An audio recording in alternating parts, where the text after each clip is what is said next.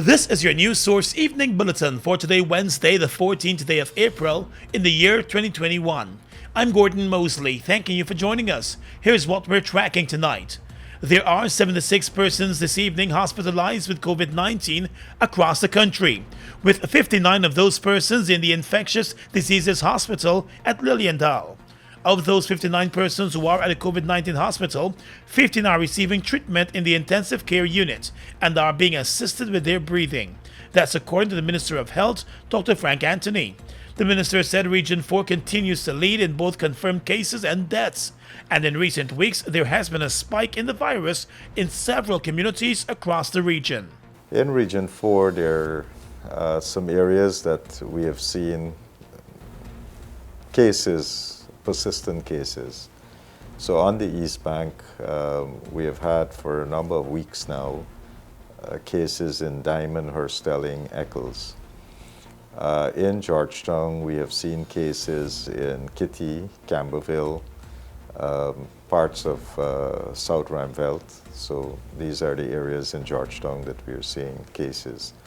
And on the East Coast, we have seen in Lusignan, Good Hope area that we are getting a number of cases. The health minister said that while those areas might be hotspots, there are also cases across the region. And Dr. Anthony is urging citizens to follow all COVID-19 protocols. He said those who are eligible for vaccination should get the jab. The health minister said health workers could find it difficult to manage patients if the positive cases and hospitalizations continue to rise. More news coming up in a moment. Guyana, we've been through it all. But as a people we have weathered every storm And risen to every challenge. Because it is the people of Guyana that gives it its strength. All the people, regardless of race, class, or religion. We are one people, one strength. And now is our time. A time to rise. Together, we rise.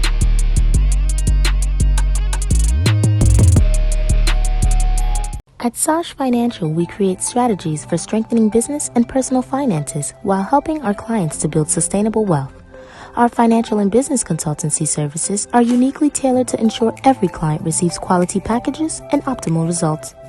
Our financial services include financial reporting and analysis, financial status assessment, internal audits, bookkeeping and records management, financial planning advice, tax returns.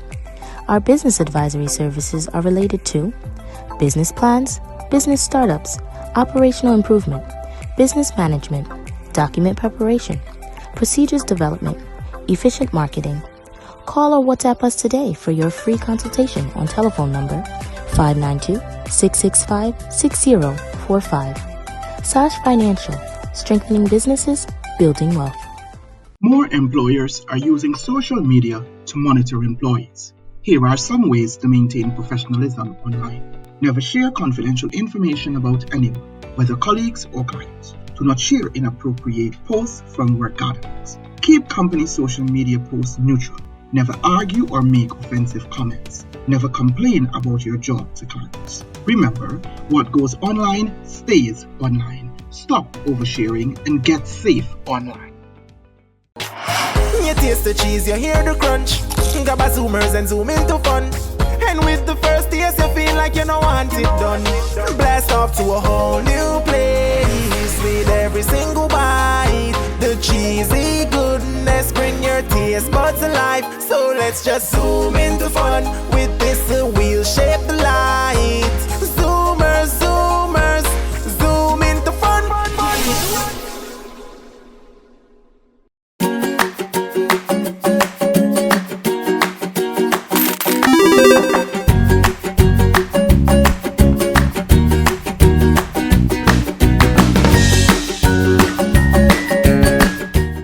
We are legions of men standing strong, but never too proud to stoop and help someone. We must send a clear signal to all.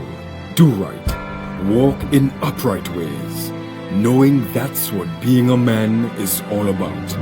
And ever aware that things will only get worse when good men do nothing. Stand strong, be the one to live right. Mom, what are you doing with GPL on your list? Child, you forgot I have to pay GPL? You got time with GPL? I have to keep these lights on. The customers who think in that manner and refuse to honor their obligation to GPL are obviously not playing their part in ensuring quality service delivery. So, I will continue to pay my GPL bill on time, every time. I recognize the value of your point, Mom. You were right.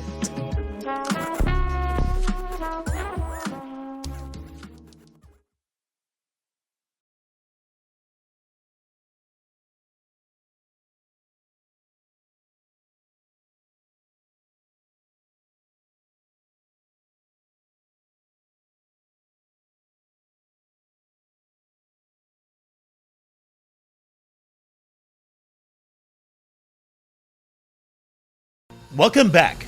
As Guyana continues to experience an increase in confirmed coronavirus cases and related deaths, the Citizenship Initiative political party wants the government to step up the fight against the virus. TCI, which has been documenting the daily COVID-19 data on its social media pages, said fighting the virus must be a collective effort, pointing out that the opposition political parties, religious organizations, and the business community all have a critical and important role to play. TCI wants the government to consider reinstating a 6 p.m. to 6 a.m. Monday to Thursday curfew from the 19th of April, while from Friday to Sunday there should be a total lockdown of all non-essential activity across the country. The party also wants the joint services to establish strategic command checkpoints in regions 3, 4, 5, 6, and 10. The political party is also pressing for the immediate closure of all bars, restaurants, clubs, betting and gaming houses, markets and barbershops, salons, malls, and other non-essential business entities from the 19th of April until the 2nd of May. Additionally, the group is pushing to see the cancellation of all sporting competitions and events until a follow-up impact assessment on the effective measures is conducted. The party is also asking the government to make mask wearing mandatory and to restrict all incoming and outgoing travel to neighboring Brazil except for emergency or diplomatic reasons. Mask wearing in public is already mandatory, but there has not been enough enforcement. The border crossing between Guyana and Brazil has been closed since last year. TCI wants the vaccination campaign to be open to all citizens and proposes that all educational institutions remain closed. The party also believes a temporary ban should be placed on public weddings, funerals, and other social events. High Court Judge Sandal Kisuna accepted a no-case submission from the attorney for Regan Rodriguez, also known as Grey Boy, today, setting him free of the charge of murder related to the execution of political activist Courtney Cromwell. After the prosecution closed its case in the jury trial this morning, attorney Adrian Thompson told the court that the matter should be thrown out since the prosecution had failed to lay out a proper case against his client. The trial judge accepted a no-case submission and discharged the matter. This marked the third time that the matter was discharged against Rodriguez by the court. On the two previous occasions, it was dismissed at the magistrate's court level, but the DPP got involved and directed that the matter be turned over to the High Court on the last occasion. On the two previous occasions that the matter was also thrown out, the presiding magistrates pointed to insufficient evidence tying the man to the murder charge. Rodriguez was first charged in 2015 for the murder of the political activist Courtney Cromwell. He had always maintained his innocence. Cromwell was shot dead as he used a loud hailer back in 2015 to encourage residents of Diamond on the east bank of the Marara to vote against the PP Civic. He received at least 5 gunshots. The murder sent shockwaves across the country, and news of his death made headlines around the world. His family has always accused the police of failing to carry out a proper murder investigation. Police in Trinidad and Tobago are investigating the murder of 27-year-old Guyanese-born fashion designer Mark Anthony Singh. The youth who moved to Trinidad several years ago was found stabbed to death in his apartment in the community of El Dorado on Tuesday evening. Reports out of Trinidad state that Singh, who was a member of the LGBT community, was found on the floor of his apartment in a pool of blood, clad only in his underwear. The body was discovered by one of his roommates, who said that a young man appeared to have been stabbed in the back several times. On social media, many of his friends remembered him as outspoken and talented and said he will be missed. While he was a fashion designer, he was also involved in cosmetology and photography. His family in Guyana has been notified of the death. A sergeant in the band corps of the Guyana Defense Force lost his life last evening after a head-on collision between the car he was driving and another car on Homestretch Avenue here in Georgetown. The dead man has been identified as 36-year-old Brian Mitchell of Craig Street, Camberville. His 7-year-old son was injured in the accident and is hospitalized with a broken leg. 2 occupants of the other car have also suffered various injuries. The injured driver of the other car, Taishan Shanks, told investigators that he was driving east along Homestretch Avenue in the vicinity of Help and Shelter when the car that was being driven by the soldier in the opposite direction suddenly pulled out from behind another motor vehicle and slammed directly into him. Both cars spun across the roadway before coming to a stop. 2 ambulances arrived on the scene and immediately attended to the injured persons. The soldier was initially pronounced dead on the scene, but on the insistence of his wife, who arrived later at the scene, he was taken to the hospital where doctors pronounced him dead. The dead soldier's 7-year-old son is the only person still hospitalized from the accident. Now let's tell you that the Central Immigration and Passport Office is asking persons to visit the passport offices in their community and avoid heading to the main office in Georgetown. In a statement, the Guyana Police Force said, in keeping with the established COVID-19 guidelines in the country, the Central Immigration and Passport Office at Cam Street will be providing services to a total of 100 persons only on a daily basis, Monday to Friday, until further notice. According to the statement, 50 persons will be processed during the morning hours from 7 o'clock and another 50 will be processed at 11:30 in the midday time. A number system will also be in effect. The Passport Office reminded that in addition to the Georgetown location, there are locations in New Amsterdam and Linden where persons can make applications and uplift their new passports. Additional pickup sites are located at Springlands in Berbice and in Regina on the Essequibo coast, Perica on the east bank of Essequibo, Lethem, and in Bartica. 2 of Guyana's oldest and largest conglomerates, Banks DIH Limited and the Marara Distillers Limited, have stepped up to make millions of dollars in donations of much-needed supplies to the volcano-ravaged island of St. Vincent. The 2 companies are part of the efforts by the Civil Defense Commission and the Private Sector Commission to offer relief to the citizens of St. Vincent.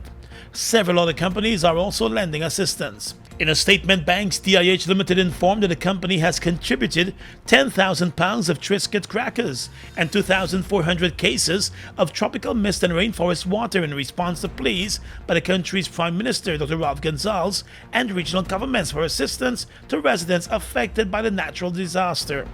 The sales and marketing executive at Banks DIH, Carlton Jows, said that some of the items were shipped to St. Vincent earlier this week, while a second shipment is being prepared to be sent to the island. The Marara Distillers Limited has also partnered with the Civil Defense Commission to send humanitarian aid to St. Vincent. The company is sending 10,000 cases of its bottled 20-ounce diamond mineral water, as well as 500 cases of alcohol-based Environ sanitizing cleaner. DDL's humanitarian aid is valued at $13.3 million. The company's chairman, Kamal Samaru, offered thoughts to the people of St. Vincent, explaining that his company's assistance is just one step towards ensuring that affected residents have access to clean drinking water and sanitizing agents to help them cope with a natural disaster. The first shipment of humanitarian aid from Guyana left the country this afternoon. University students, do you know who is seeing what you share online? Prospective employers, recruiters, and graduate schools often screen potential candidates before hiring or approving applications. Sharing inappropriate images or posts and using obscene language online can cost you dearly. Avoid paying the price. 1. Set your account to private. 2. Think twice before you share a post. 3. Get permission before posting details about others. Remember, what goes online stays online. Stop oversharing and get safe online.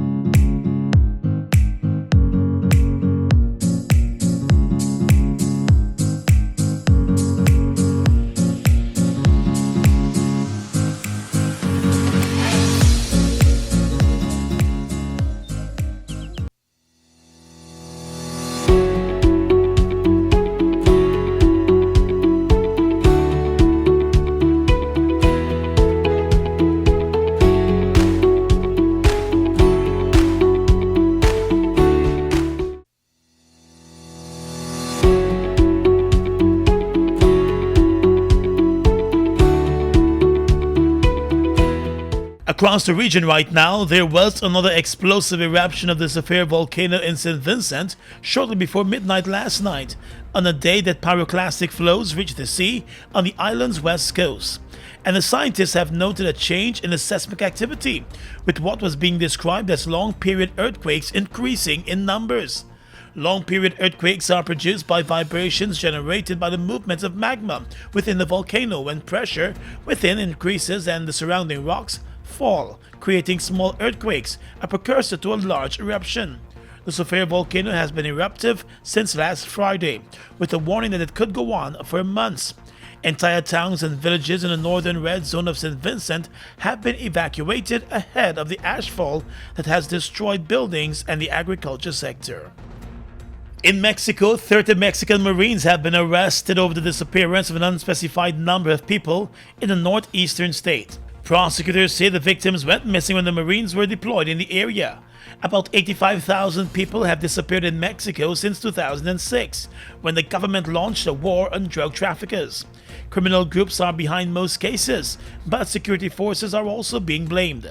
This is the largest detention of military personnel in relation to disappearance in recent years, and the blow to the Mexican Navy, which is considered the country's most trusted security force. And finally tonight, international news. In India, hundreds of people have tested positive for coronavirus at the site of the world's biggest religious festival. Officials have confirmed as huge crowds of mostly maskless Hindu devotees descend on the river Ganges. The virus was detected in more than 1,000 people in just 48 hours in the city of Haridwar, which lies along the holy river where the Kumbh Mela is being observed, officials said. A new wave of coronavirus infections is sweeping across India, with experts blaming massive religious events, packed political rallies in poll-bound states, and crowded public spaces. The government on Wednesday postponed high school exams for 15 to 18-year-olds, which were to be held in May-June amid the resurgence of the virus. Despite rising virus cases, pilgrims have gathered in huge numbers to take part in the holy celebration. And that's your News Source Evening Bulletin for tonight. I'm Gordon Mosley reporting and encouraging you to stay safe.